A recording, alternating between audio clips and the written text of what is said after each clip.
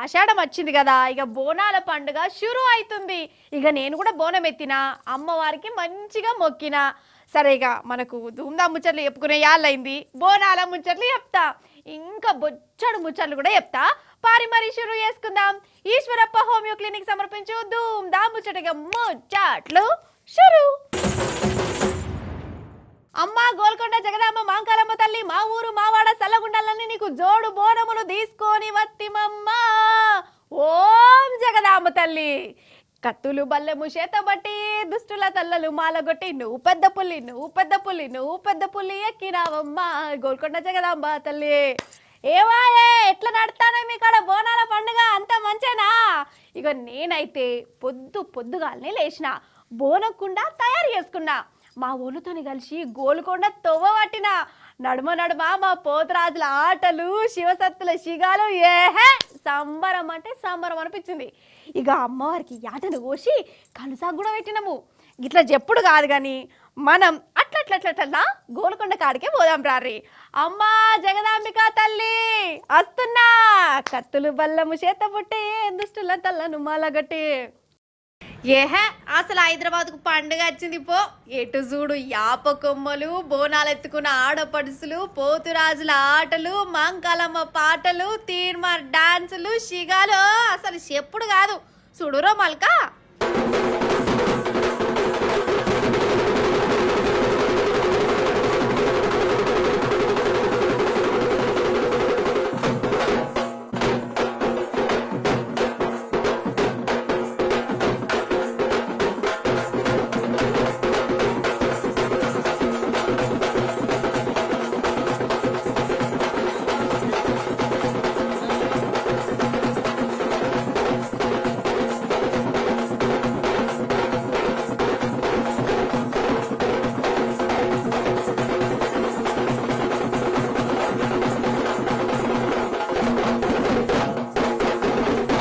నిజంగా ఆషాఢ మాసం వచ్చిందంటే మన హైదరాబాదు పల్లెటూరు లెక్కనే మారిపోతుంది.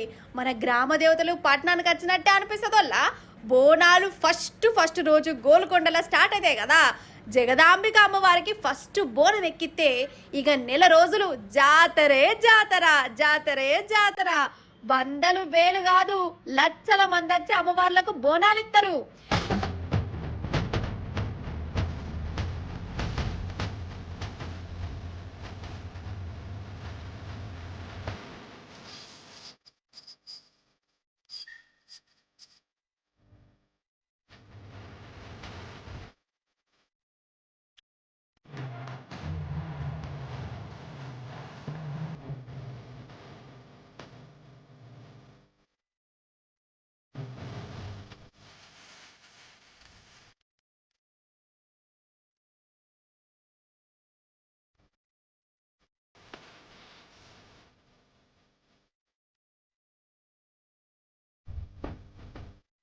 ఇక జగదాంబిక అమ్మవారి బోనాల నాడు ఫస్ట్ లంగర్ హౌస్ నుంచి ఘటాల ఊరేగింపు చేసిర్రు.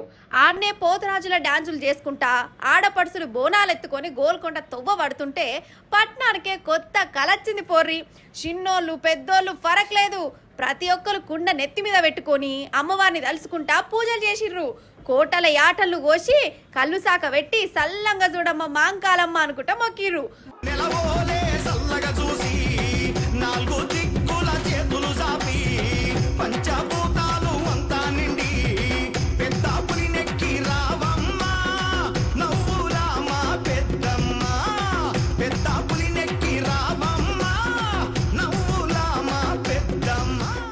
గోల్కొండ జగదాంబ అమ్మవారితోని జర బోనాలు షురూ చేసి మళ్ళా వచ్చే నెల 24వ తారీఖు నాడు గోల్కొండ కోటల్ని ఆఖరి బోనం ఉంటది.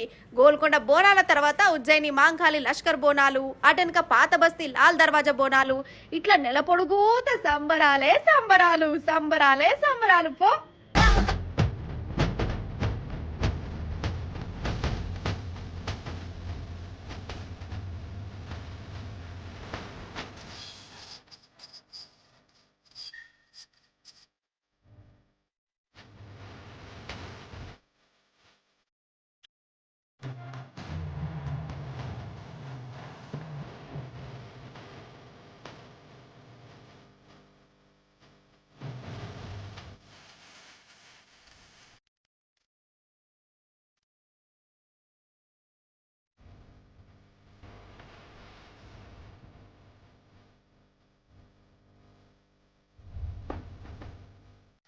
అసలు రైలు పట్టాల మీద రైలే పోవాలి.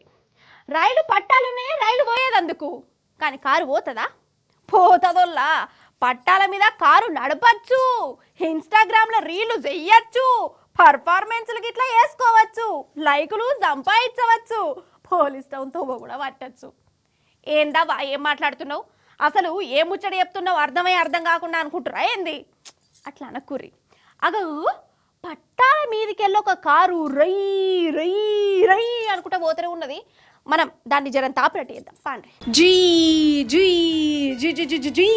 అరేవ్వా, రైలు పట్టాల మీద ఊరికే కొత్త రకం కార్లు వచ్చినాయి. ఎట్లా ఎలన్ మస్క్ గిట్లా మన దేశానికి కార్లు పట్టుకొస్తుండా ఏంది అని కారెడ్డ వాడేరా ఇంత. ఒక అమ్మగారు చూపించిన కళా పోషణ ఇదంతా. రైలు పట్టాల మీద కారు నడిపి రీల్ తీయడం ఎలా, లైకులు సంపాదించడం ఎలా అనే కాన్సెప్ట్ ముంగటేసుకున్నది. ఇంకేమున్నది, గిట్లా దూసుకుపోయింది.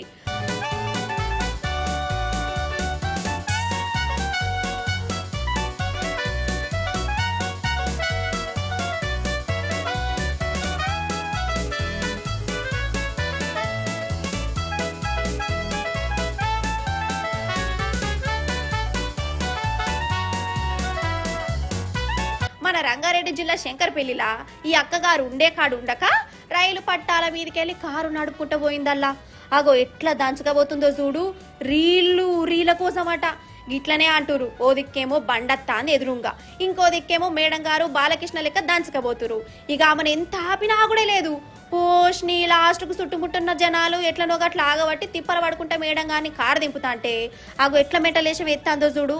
అందరిని ఇంకా ఉల్టా బెదరగొడుతుంది ఈ మెటలోలు మోపై రోళ్ళు. అసలు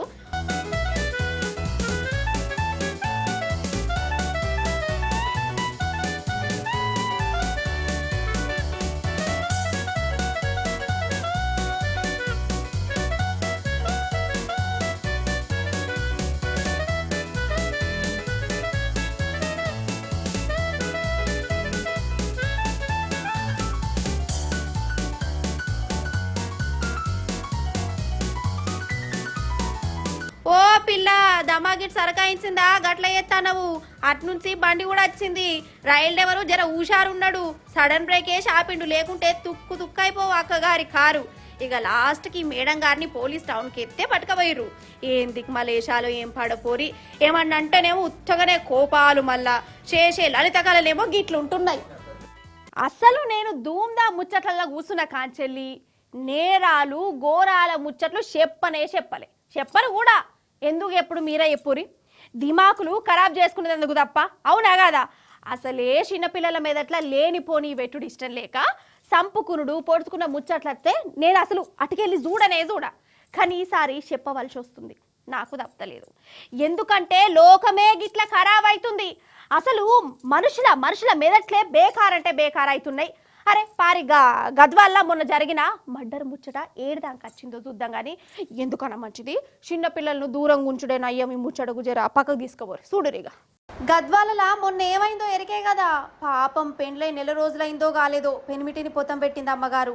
అసలు ఆనాడేమైంది, పిల్లగాని ఎట్లా చంపిర్రు, ఏంది కథ? గద్వాల జిల్లా పెద్ద పోలీసారు చెప్తుండు, వినాలే మీరు. ఎంగేజ్మెంట్ అయిన కాడి నుంచి కూడా ఇతన్ని తేజేశ్వర్ని చంపటానికి ఐశ్వర్య అతని ప్రియుడు మనకి తిరుమల కూడా ఫస్ట్ నుంచి కూడా మనకు ప్లాన్ చేసుకోవటం జరిగింది. దీంట్లో డిసీజ్డ్ యొక్క మూమెంట్స్ తెలుసుకోవటం కోసం ఎప్పటికప్పుడు జీపీఎస్ ట్రాకర్ను వాడటం జరిగింది. అదేవిధంగా సుఫారీ గ్యాంగ్ని ఒకదాన్ని ఎంగేజ్ చేసుకొని ఆ గ్యాంగ్లో ఉన్నటువంటి సభ్యులందరూ కూడా డిసీజ్డ్తో ఒక ఫ్రెండ్షిప్ని డెవలప్ చేసుకొని నమ్మించి తీసుకెళ్లి మర్డర్ చేయడం జరిగింది. ముఖ్యంగా దీంట్లో కాన్స్పిరేషన్ డిసీజ్డ్ యొక్క వైఫ్ అయినటువంటి ఐశ్వర్య, అదేవిధంగా ఆమెకు సంబంధించినటువంటి లవర్ బ్యాంక్ మేనేజర్ది మనకి మెయిన్ కాన్స్పిరసీ బయటపడింది. దీంట్లో ముఖ్యంగా బ్యాంక్ మేనేజర్ ఎవరైతే తిరుమల ఉన్నాడో ఇతనికి సంబంధించి ఇతనికి డిసీజ్డ్ వైఫ్ అయినటువంటి ఐశ్వర్య యొక్క మదర్తో కూడా ఇల్లీగల్ ఇంటిమసీ ఉంది. తర్వాత ఈ డిసీజ్డ్ వైఫ్తో కూడా ఇల్లీగల్ ఇంటిమసీ పెట్టుకోవడం జరిగింది.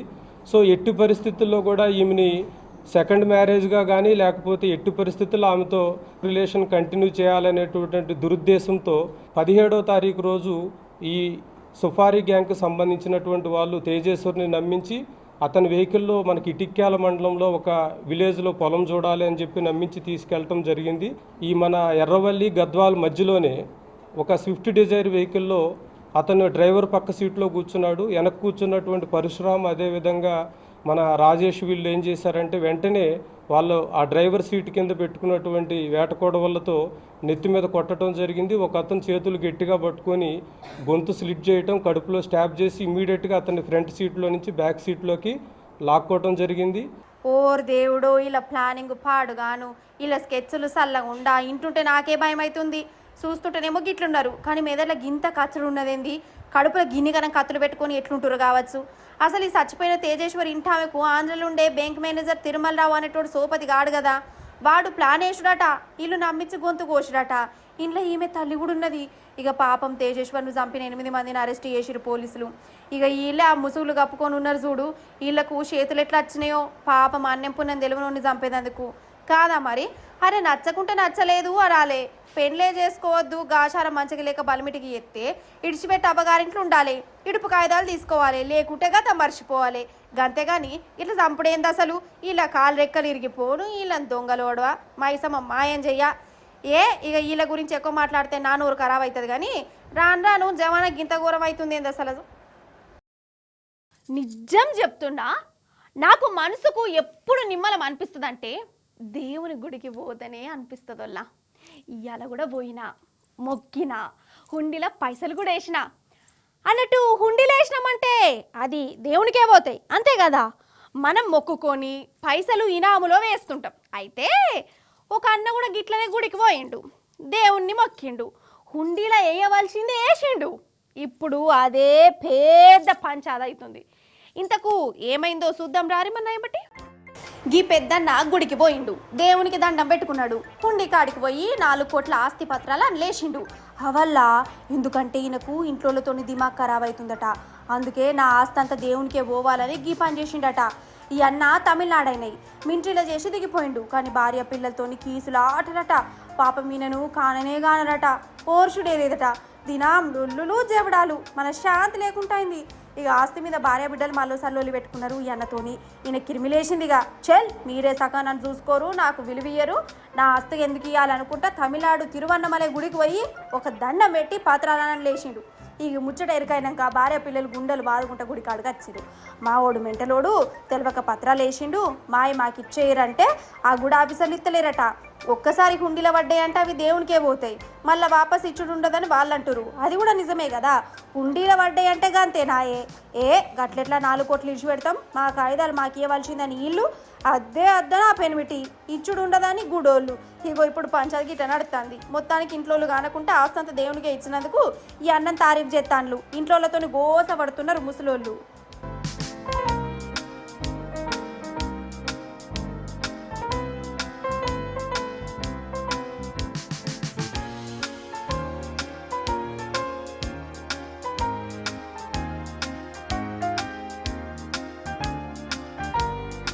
ఓరి దేవుడో, అసలు ఈ విమానాలకి ఏమవుతుంది? జనాలు విమానాలు ఎక్కాలనా అద్దా? విమానం ఎక్కుడంటే ఒక సంబరం లెక్క అనిపించేది. విమానంలో పోవడే చాలా మంది గిట్లకి ఆయుష్ ఉండేది, కానీ నడుమ విమానం అంటేనే భయం పట్టుకుంటాంది, గజ గజ వణుకుడు అవుతుంది. ఎందుకు ఇంత వణుకుడు అనుకుంటారా? రారి మరి చెప్తాగా ముచ్చటేందో. మొన్న అహ్మదాబాద్లో ఎయిర్ ఇండియా విమానం చేసిన కథ చూసిరు కదా. పాపం దగ్గర 300 మందిని పొట్టన పెట్టుకున్నది. ఇక అదైనాక కూడా 4-5 విమానాలు ఎటమటం చేసినాయి. ఇక ఇప్పుడు అమెరికా విమానం మొగురు మీదనే గావర చేసింది.